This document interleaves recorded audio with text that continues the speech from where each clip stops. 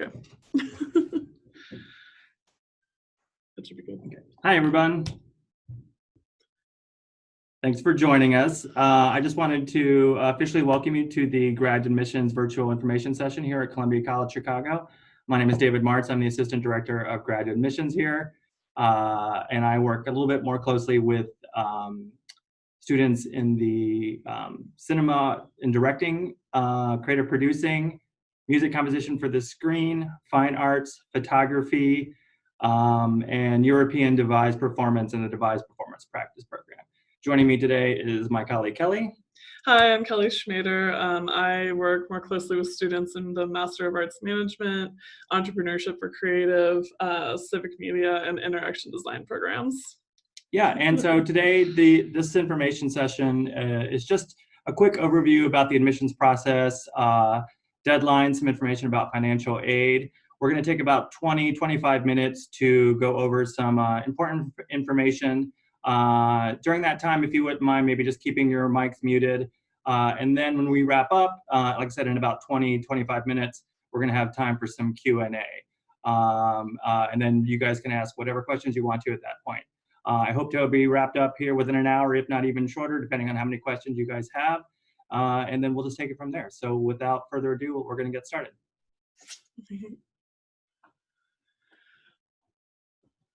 One second.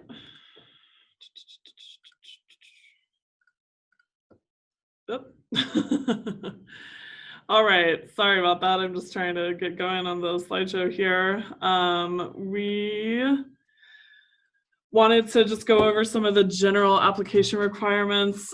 This is the first part is sort of core to every program. So you're gonna have to pay an application fee and submit your resume, 2 letters of recommendation, transcripts from all your colleges and universities attended. So let's say if you attended 1 or 2 years at one school and transferred to another, we would need transcripts from both.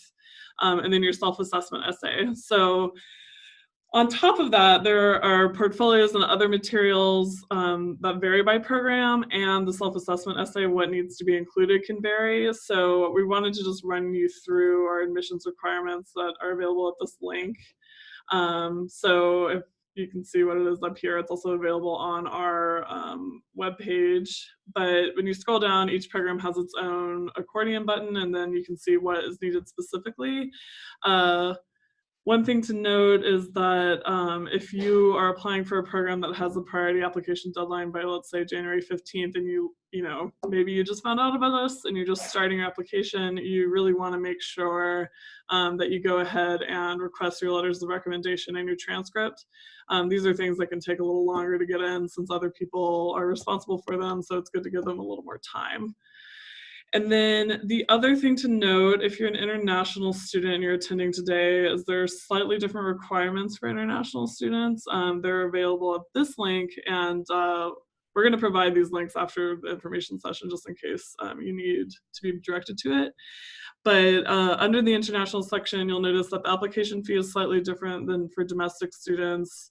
And for your transcript, we're going to need an official or certified transcript from your home university, as well as a transcript evaluation.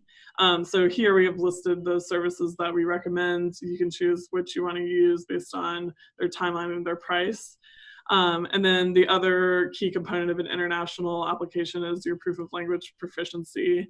We have outlined what tests are available here. You can take the test and then send the scores to us. Usually when you take the test, they have a moment where you can fill in what school it needs to be sent to. All right, let's get back to the PowerPoint. All right, so let's talk a little bit about the deadlines for all of our programs. The majority of our programs have a priority deadline coming up, which is January 15th. And as you can see on the left-hand side, that's for our 2 management or the Arts Management MAM program, all 3 of the writing programs, fiction, nonfiction, poetry, for photography and fine arts as well. And then a little bit later, we have February 10th, both of the European Device Performance Practice and the Device Performance Practice program.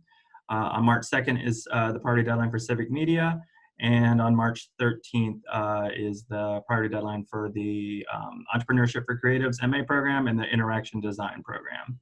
The directing program and the music composition for the screen program, that deadline just passed. That was January 6th. And then the priority deadline for creative producing was also January 6th. But January 6th still, but the creative producing still allows applicants to roll on beyond the priority deadline of January 6th. And just a quick note of what the priority deadline means. Priority deadline is the deadline that you want to hit in order to be considered for any incoming student scholarships. A majority of the programs on this list do allow people to apply beyond the priority deadline, but we encourage people to apply on or before the priority deadline so that they can be considered for the most amount of potential funding opportunities and scholarships as well. All right, so that leads us into financial aid. The cost for each program varies, but on each program page that we have on our website, there's a quick links section, and usually it says like see costs or see requirements, and you can click through and there's a PDF that'll give you two numbers. The first one is a specific direct cost estimate, which is student fees, tuition, and then the second will be the indirect cost estimate, which is more so like what it would cost to live in Chicago and what you'll estimate, you'll need to do just to live. So our funding sources include assistantships and scholarships that I'll get to a little bit at the bottom here, on-campus employment, loans, so filling out your FAFSA, which we'll get to on the next page, and then some teaching assistant positions. Currently, all grad students can apply to be teaching assistants rather for the big Chicago courses. These are freshman courses where the freshmen are learning about, what it means to live in Chicago in certain areas of Chicago history. And so they're pretty big classes and you can be a TA in that way. As for scholarships, you are automatically considered for most of our incoming student scholarships when you apply. So that includes graduate awards, which are remission between 3 and 9 credits. Graduate fellowship, which would be a full remission. This is like the rarest award. And then assistantships, where you would be employed by your programs department and paid a stipend yearly. That does not include tuition remission. And so if you're admitted and you receive a scholarship, you'll be informed of this in your admit letter. And moving on a little bit with more information about financial aid, these next two parts deal specifically with domestic students because it involves the FAFSA, or the free application for federal student aid, which only domestic students are eligible for, not international students. But we recommend that all domestic students fill out their FAFSA at the same time in which they're applying for their program. It is a separate process, but we encourage you to do it at the same time because it does take a little bit of time for the information to reach the government, for them to sort of package your information, send it back to our Student Financial Services Office, who will then package your award letter, which is the next part of this slide. So if you are admitted, Columbia, and we've received your information from FAFSA, you will be packaged and sent an award letter, which will arrive approximately 2 weeks after your acceptance notice. And that should give you a pretty good breakdown of what you have available to you in loans. And then it should also list any other incoming award that Kelly mentioned on the slide before that you maybe would have received in your admit letter. As far as the deadlines, we really just recommend that you complete a FAFSA as soon as humanly possible. Simply because, like I said, it does take a little bit of time for them to package that information, and then you don't really want to do it too long after the priority deadline for your chosen graduate program.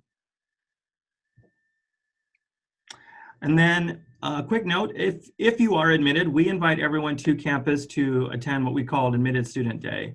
And that's really just an opportunity for you to come to campus and really try on your program for the day. We have one for each program, or at least each department.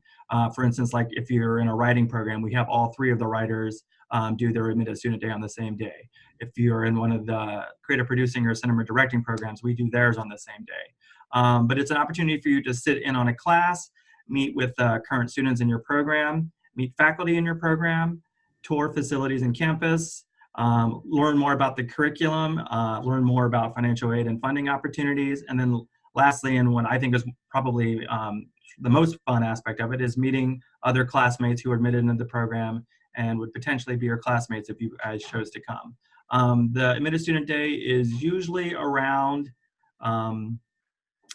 mid-March, maybe later March, but it does vary a little bit from programs. And some of our newer programs like interaction design and the entrepreneurship for creatives, those might have slightly later admitted student days because those have slightly later priority deadlines. But there'll be information about when that day is in your admit letter if you're admitted. And we highly encourage you to come if you can. Obviously, we know it's a big ask for someone to fly across the country, or even coming from another country, just for this admitted student day. But if you can make it, I do think it's a wonderful opportunity for you to, again, try out the program for a day and really get your questions answered in a one-stop shopping sort of manner. All right, so that was sort of like the top level, gist about the application process here. But we really want to see what questions you have, which I'm sure will be specific to your programs. You can reach both of us at these email addresses listed here. Right now, if you want to unmute or even just use the group chat to ask us things, we're all ears.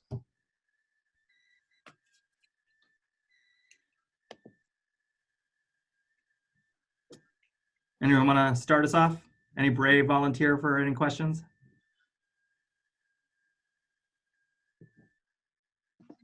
Hello? Yes. Hello. Hello. My name is Robert Jones. I'm interested in the entrepreneurship for creatives. And, I don't have my,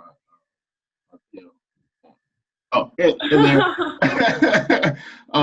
So I have a question. So I spoke with somebody before regarding that. I just want to know if, is there a specific timeline you have to take the GRE? I know it's optional, but I would suggest to take it. I didn't see anything on the website regarding like if I have to take it like 3 months before, 6 months before. I just want to know the timeline for taking the GRE before applying. Well, let me, I'll quickly say, and Kelly can add anything, that, so if you're applying to the Entrepreneurship for Creatives, that deadline, as we mentioned, is March 13th. Oh, sorry, March. Why am I? 13th. Thank you, Kelly. March 13th. So you want obviously the GRE to be considered as far as your review process. So we'll want to have those results on or before that deadline, preferably. If it comes in a little bit after the deadline, it should be able to still be added to your application.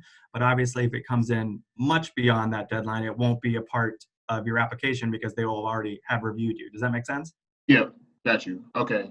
So it's not, so as long as I have it during the before, like you actually review the application, that's what matters. It doesn't have to be a specific timeline as far as like the recency. Got you. Okay. Exactly. And that kind of goes for all application materials, just as a quick notice to everybody. So we have our deadlines, whether it's January 15th or whether it's March 2nd or whether it's February 10th. That is the date by which you guys need to submit your materials and actually submit your application. If things like transcripts or letters of recommendations, or in the case of your questions, GRE scores, trickle in a little bit after the deadline, there is a grace period for those to come in.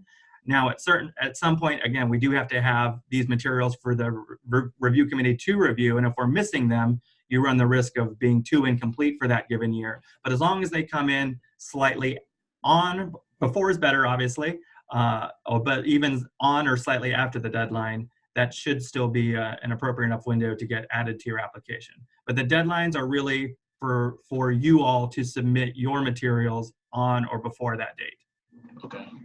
Yeah. And then I'm sorry. Well, I was going to say in the case of the GRE that you get your scores pretty quickly because I've taken it as well. So, I mean, I wouldn't recommend waiting until March 6th to take it, but it's not like you don't need like 3 months to make sure they get it in time. Yeah. Okay. And and just out of curiosity, let's say that I'm not able to apply for the March 13th deadline. Let's say I have to wait until like 2021 to apply to Columbia. Could I still take my GRE now and then just have that kind of banked in the back end and then just kind of use that for my next application, or would that be? Because I think I read somewhere online that the GRE scores last for like I think 3 to 5 years. So I don't know if it's like a recency bias or anything like that. How do you guys feel about that aspect? Yeah, you can absolutely take it and then use the score next year. I mean, within 1 year is particularly well within the grace period. Okay. Yeah. Okay. That's all I had. I guess Okay. Thank you. Anyone else?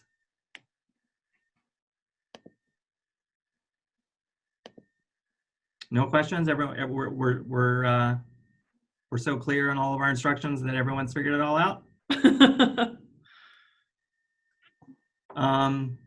While you're thinking of questions, if you have any, trying to think if there's anything else I wanted to make sure you covered.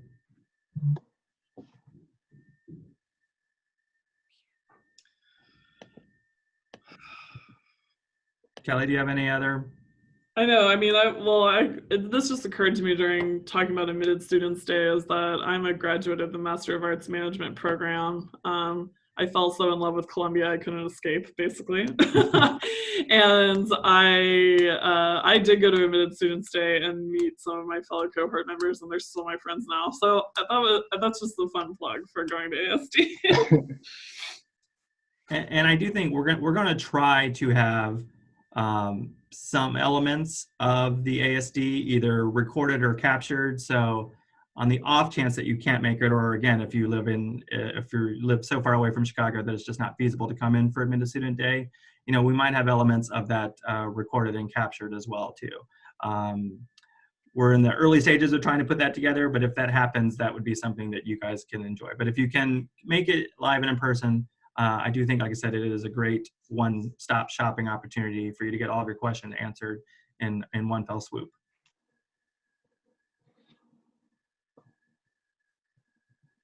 Does anyone have any questions about the timeline? We actually didn't talk about the timeline per se. So most of the timelines for decisions, they take about 6 to 8 weeks from the time of the deadline. So in the case of the January 15th deadline programs, that would mean you likely will receive an admission decision one way or the other early March or the first couple of weeks of March.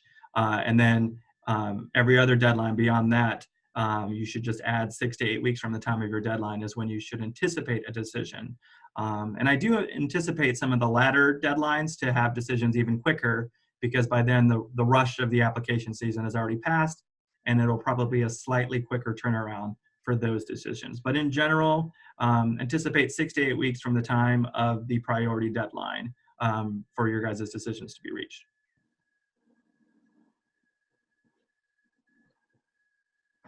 Any other questions? Going once, going twice? Oh, we have a chat actually. So, Okay. What is the current career scenario for someone who's the alumni of the arts management program? Well, I guess I'll take that because I realized you just sent that to me privately, but it's fine. I'm still going to talk about it publicly. Basically, I like to think of the Master of Arts Management as like an arts business degree. So it has a strong entrepreneurial element, which is one like pillar of it, I suppose, which means that if you're a big self-starter and you really want to make your own like arts business or really like start some sort of side hustle, there's a lot of support for that. And then on the other two like pillars, I would say, is nonprofit management, which means learning about development and how nonprofit organizations like work. I mean, a good example would be like the Children's Opera in Chicago. And so that, you know, covers things from like marketing to fundraising. If you really wanted to get into some of the theaters downtown, this would be a good way to start for sure. And then there's like the for-profit arts side.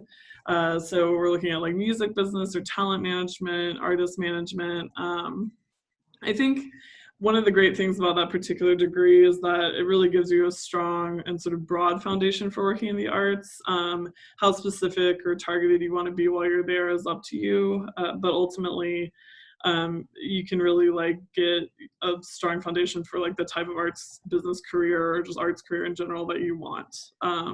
So the alumni have done really well. I mean, I know someone from my cohort, she went on the South by Southwest trip and networked her butt off there and then ended up with a job in San Francisco right afterwards. I mean, she was sort of like the star of our cohort in that regard. But other people have gone on to become managers of like music schools in Chicago, or even long-term have really fabulous careers managing artists. So it's just, you know, but it's definitely a good prospect.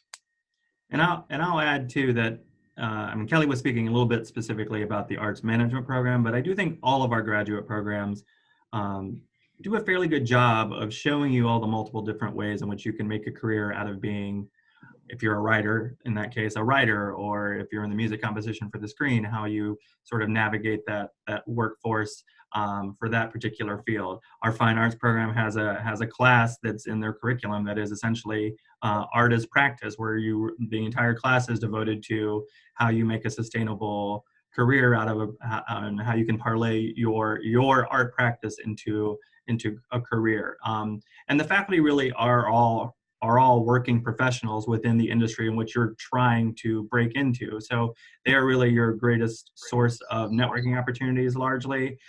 They're available for you to ask questions. They will help you navigate sort of their experience. And like I said, each one of them are positioned to sort of help make that transition into the real world, quote unquote, a little bit more seamless as well. I have one more question regarding the entrepreneurship for creatives. When I looked online as you were speaking, it kind of sparked a thought. I saw it was a lot of stuff dealing with like music, so I kind of wanted to know what exactly. I don't know. I know it's a newer program. I don't know if you guys have gotten through your first year yet teaching it, but what exactly are some of the businesses that people have been looking to create? Is it solely music? Because I see it's a lot of stuff dealing with music on the website, or is it, you know, can you just give me like some examples of what people are going into, what they're, you know, doing and stuff? Well, this is actually the first year of the program, so I don't have like case studies that are based in reality, but the degree is definitely not specific to music business. It's very broad in terms of the creative industries, because they just want to support anyone who wants to work in creative fields and launching business ventures. I think maybe why music is a little overrepresented is just the fact that there's a couple faculty who have started their own record labels. So that was like used as an example until we have a little bit more data from students. But I would say it could range from like a nonprofit theater to even a product that you might view as like a creative product, you know what I mean? Like maybe you figured out a way to mix paint more effectively. I don't know, that was such a weird example. Yeah. But No, yeah, I got you. the idea is that the classes are gonna give you a good foundation for creative businesses specifically. So looking at like intellectual property, for example, and law versus, you know, just law generally speaking or something like that. Right, got you. Okay. Yeah. Thank you. Yeah, no problem. Any other questions? Final opportunities? Well, if not, I will say that obviously you can reach out to Kelly and I at any point along your application process. We are typically in the office Monday through Friday, 9 to 5 Central Standard Time. But obviously you can email us at any time. There is obviously time between the deadlines coming up for you to get your questions answered. And then hopefully you guys will reach out and then we'll be able to take care of it. So if there aren't any more questions, I'm just gonna thank everyone for attending. Keep your eyes peeled for any future upcoming events, and then have a great rest of your day. Thank you, you too. Thanks. Thank you.